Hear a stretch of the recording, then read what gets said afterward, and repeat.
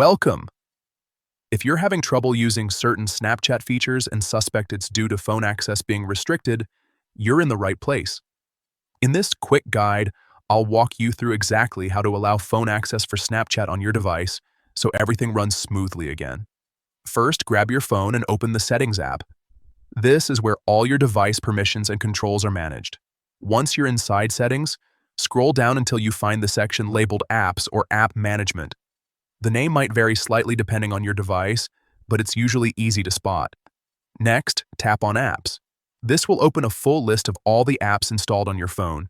Scroll through the list or use the search bar at the top to quickly find Snapchat.